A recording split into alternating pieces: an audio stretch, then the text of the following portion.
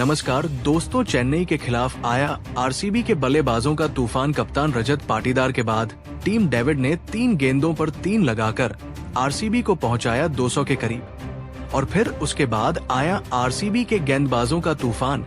RCB के सामने कोई भी सीएसके का बल्लेबाज नहीं टिक पाया और इस बड़े महामुकाबले में अंत में इस टीम ने जीत हासिल की। तो क्या है आज चेन्नई और आरसीबी के महामुकाबले का पूरा हाइलाइट्स बताएंगे दोस्तों आपको हमारी इस वीडियो में। लेकिन दोस्तों, अगर आप भी आरसीबी की टीम के बहुत बड़े फैन हैं तो इस वीडियो को एक लाइक और चैनल को सब्सक्राइब कर लीजिएगा।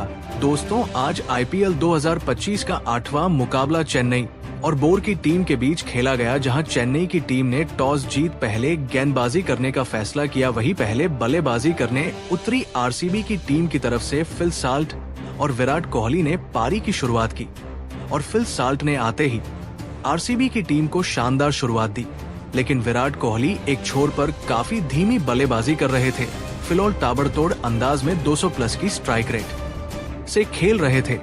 लेकिन तभी नूर अहमद की गेंद पर वो 16 गेंदों पर 32 रन बनाकर स्टंप आउट हो जाते हैं और 45 रन के स्कोर पर आरसीबी को पहला बड़ा झटका लगता है। फिर उसके बाद कोहली का साथ निभाने देवदत्त पडिक्कल आते हैं, लेकिन पडिक्कल भी आते ही शानदार चौके लगाते हैं। दूसरे छोर पर अब विराट कोहली भी ठीक ठाक बल्लेबाजी कर रहे थे। दोनों बल्लेबाज आरसीबी को 50 रनों के पार पहुंचाते हैं। पडिक्कल शानदार 200 के स्ट्राइक रेट से खेल रहे थे, लेकिन तभी वो अश्विन की गेंद पर 14 गेंदों पर 27 रन बनाकर आउट हो जाते हैं और 76 रन के स्कोर पर बोर को दूसरा बड़ा झटका लगता है। फिर उसके बाद कोहली का साथ निभाने कप्तान रजत पाटीदार आते हैं, लेकिन कप्तान रजत पाटीदार आते ही शानदार चौके लगाते हैं।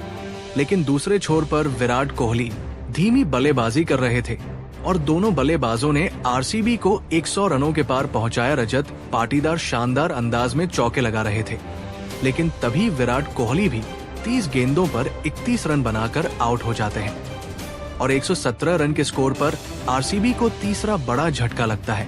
फिर उसके बाद रजत पाटीदार का साथ नहीं बने लिविंगस्टन आते हैं और इन दोनों के बीच भी अच्छी पार्टनरशिप होती है। हालांकि लिविंगस्टन एक लगाने के बाद 10 रन के स्कोर पर बोल्ड हो जाते हैं और 145 रन के स्कोर पर आरसीबी को चौथा बड़ा झटका लगता है। फिर उसके बाद रजत पाटीदार का साथ निभाने जितेश शर्मा आते हैं। जितेश शर्मा भी आते ही शानदार चौका लगाते हैं। दूसरे छोर पर रजत पाटीदार भी अपना शानदार अर्धशतक पूरा कर चुके थे, लेकिन तभी जितेश शर्मा भी 6 गेंदों पर 12 रन बनाकर खलील अहमद का शिकार हो जाते हैं और 172 रन के स्कोर पर आरसीबी को 5वां बड़ा झटका लगता है। फिर उसके बाद रजत पाटीदार भी अर्धशतक बनाने के बाद 51 रन के स्कोर पर आउट हो जाते हैं और 176 रन के स्कोर पर आरसीबी को छठा बड़ा झटका लगता है।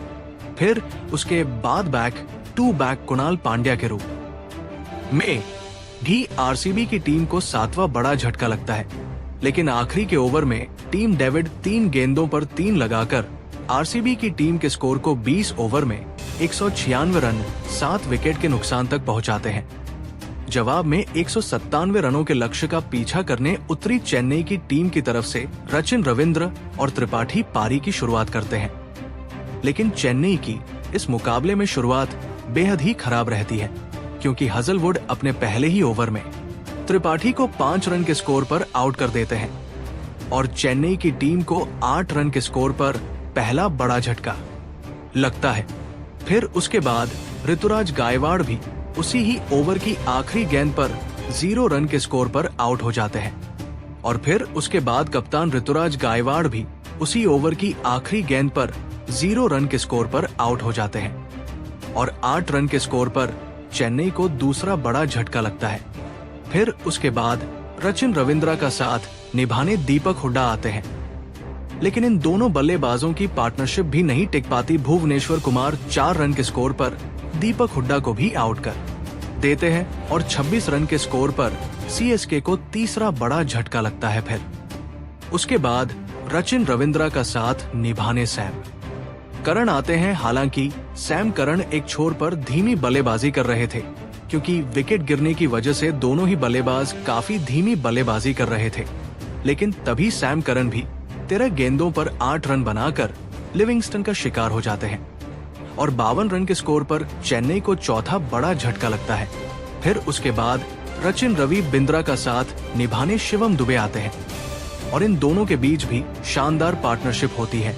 हालांकि शिवम दुबे आते ही शानदार चौका लगाते हैं, लेकिन दूसरे छोर पर रचिन रवि बिंद्रा भी 31 गेंदों पर 41 रन बनाकर यश दयाल के ओवर में आउट हो जाते हैं और 75 रन के स्कोर पर चेन्नई की टीम को पांचवा बड़ा झटका लगता है। फिर उसी ओवर में शिवम दुबे भी 19 रन बनाकर आउट हो जाते हैं और 80 रन के स्कोर पर चेन्नई के 6 विकेट गिर जाते हैं। अब क्रीज पर जडेजा और अश्विन बल्लेबाजी कर रहे हैं और अब आखिरी 32 गेंदों पर चेन्नई की टीम को जीत के लिए 105 रनों की जरूरत थी। लेकिन इस मुकाबले में आरसीबी की टीम ने अच्छी बल्लेबाजी और उसके बाद गेंदबाजी करके इस मुकाबले में आसानी से एक तरफा चेन्नई की टीम को हराकर अपना दूसरा मुकाबला बैक टू बैक जीत लिया है।